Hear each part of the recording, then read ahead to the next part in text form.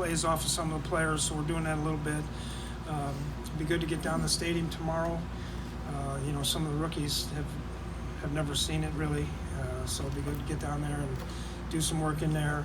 And other than that, we're getting ready, excited for Denver to come in here next week. So should be fun, good competition, and I think we'll get a lot of good work done. So, questions? Is that going to be a full-on scrimmage tomorrow, or is it just a normal practice in there? No, it's pretty much a normal practice. We're going to get some normal stuff, and then we'll do a little bit of like game-like situation, kind of. Saw Pearson routine stuff. I think Who? Michael Pierce was on a little bit yesterday. Do you anticipate, is he going to be full go by the weekend, by tomorrow? He's going to get a few more reps today. Each day we'll take it each day by day and see how it goes. Okay, Mike, with just the off-field stuff, what have you seen with Christian Darrisaw? He's kind of coming back, and then also with the on-field stuff, when do you expect him to get more? That's a tough one. I don't know. He's one step forward, two steps back. Just with the nature of the injury? Excuse me? Just with the nature of his injury, you mean? Yep. What do you Hard to get it done when you're not out there doing stuff. Excuse me? on the subject of tackles? Defensive tackles, offensive tackles? Okay. Rashad Hill, sort of you guys keep signing him for that sort of trust factor. Where do you see him at this camp? Well, Rashad's played a lot of football, and he's a really good pass protector. He needs to always continue to work on the run game. But it's been good so far. Mike, what's it like out in the field with Phil Rauscher's boisterous nature? I mean, we all. I like it. What do you like about it? The way he's been dealing with the line. He's aggressive and tough, and gets those guys going. So I like it.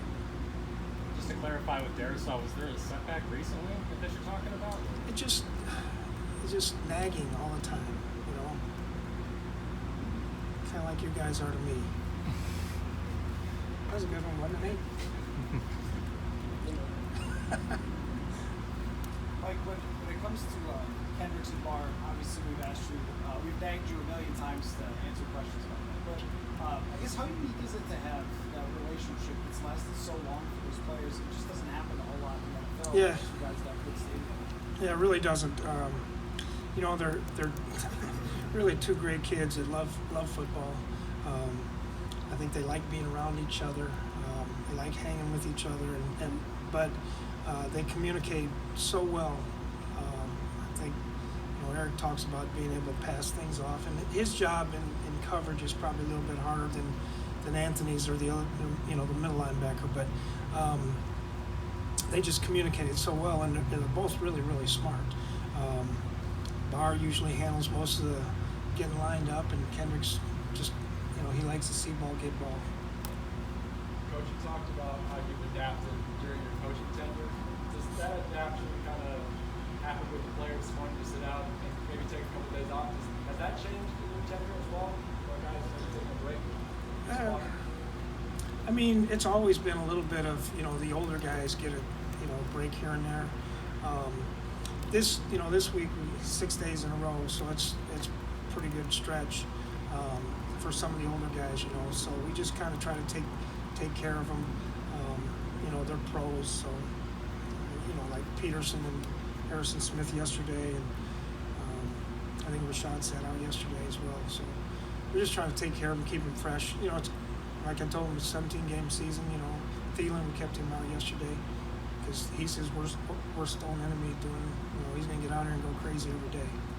So I told him he cannot complain to me when I sit him tomorrow. Yesterday, he said, "Okay, I got you." With Phil Rauscher, just how do you size up the challenge he's got of getting this 5 ready, and talk about Darrisaw, find out that guard spot? What kind of challenge does he have here in those next 5 weeks? Yeah, I think right now it's probably more of a challenge for finding the correct backups, the swing guys on game day. I feel pretty good with Rashad there. Darrisaw, if you can't practice, you can't play. And I like Cleveland and Bradbury, and I like Udo at guard. He's a big body guy, and we have to, we have to keep, if he's going to be the guard, we have to keep giving him reps, so he gets comfortable with all the things that happen in there. Are there any sort of parallels or similarities you can draw with the way that O'Neal was brought along? It didn't start till week 6 of the year. Same thing with Cleveland last year. That maybe you could apply to how you guys go about with Darrisaw when he can actually get on the field. Well, the plan is always, when they get here, they're going in, but sometimes they're not quite ready. Offensive line coming from college to the NFL is a big jump, and because they don't have all the protections and all the different things, it's usually they all slide one way or they all slide the other way. So it's much more complicated, and they're seeing much better rushers all the time. And then you start throwing in the run game with the movements and the motions, and it's much more complicated. So it's really about when we like O'Neal and who was the other guy you mentioned? Cleveland, but Bradbury went right away, right? So when we get him, we want to get him in there and go, but we do have some pedigree in the offensive line now with some of the high picks that we've had. Mike, what did they tell you about Riley Patterson before he showed up? What did they tell me about him? Like, what do you mean? Yeah, just the kicker. You're probably looking at the mental part as well as his physical. Yeah, they said he had a strong leg. We felt like he was one of the top guys in college. He hasn't done much either. Is he? When you're looking at him, is there competition there, or is he in a training camp leg? Well, it's hard to have competition when I think he's only kicked one day. So. But going forward, is it? Well, is he just here that's up to him if he's going to, if he comes out here and kicks number one and makes him number two, then we'll have some competition. That's really up to him. Would you pull the trigger on a rookie kicker if he would prove himself? It depends on how he kicks. Everybody says I don't like rookies. I like if they're the best players, I want them to play. Just sometimes it takes longer. I mean, kicking might be harder in college with their hashes. Do you think we'll wait to see a preseason game with kicking to determine whether you want to bring in somebody who has more game experience than any of your guys? Not really. We're trying to get, like today, we're going to have some periods in there today where I'm starting to really try to, number one, evaluate who these special teams players are, these backup players, that, can they help us on special teams? And so we're going to have a couple periods today. We're going to have some full goals tomorrow with it. Tomorrow Saturday, right?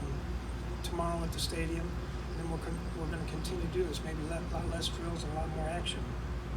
Okay, how do you think Chad Beebe's looked in this camp? And he's been a guy who's been able to stay healthy. How refreshing has that been after the early injuries in his career? Yeah, Chad's done a nice job. He always has. There's a lot of competition in the receiver as well. Speaking of another rookie, we saw Cam Bynum mix in a little with Harrison out yesterday. What have you seen from him on the field? He's athletic. Obviously, he's smart. What's taken him a little bit of time is to be able to communicate. Now he's got to communicate a lot more, being a safety in some of the checks. But I think he has good coverage skills. But guys like those guys really would be important in the preseason games. Where they tackle and all that stuff.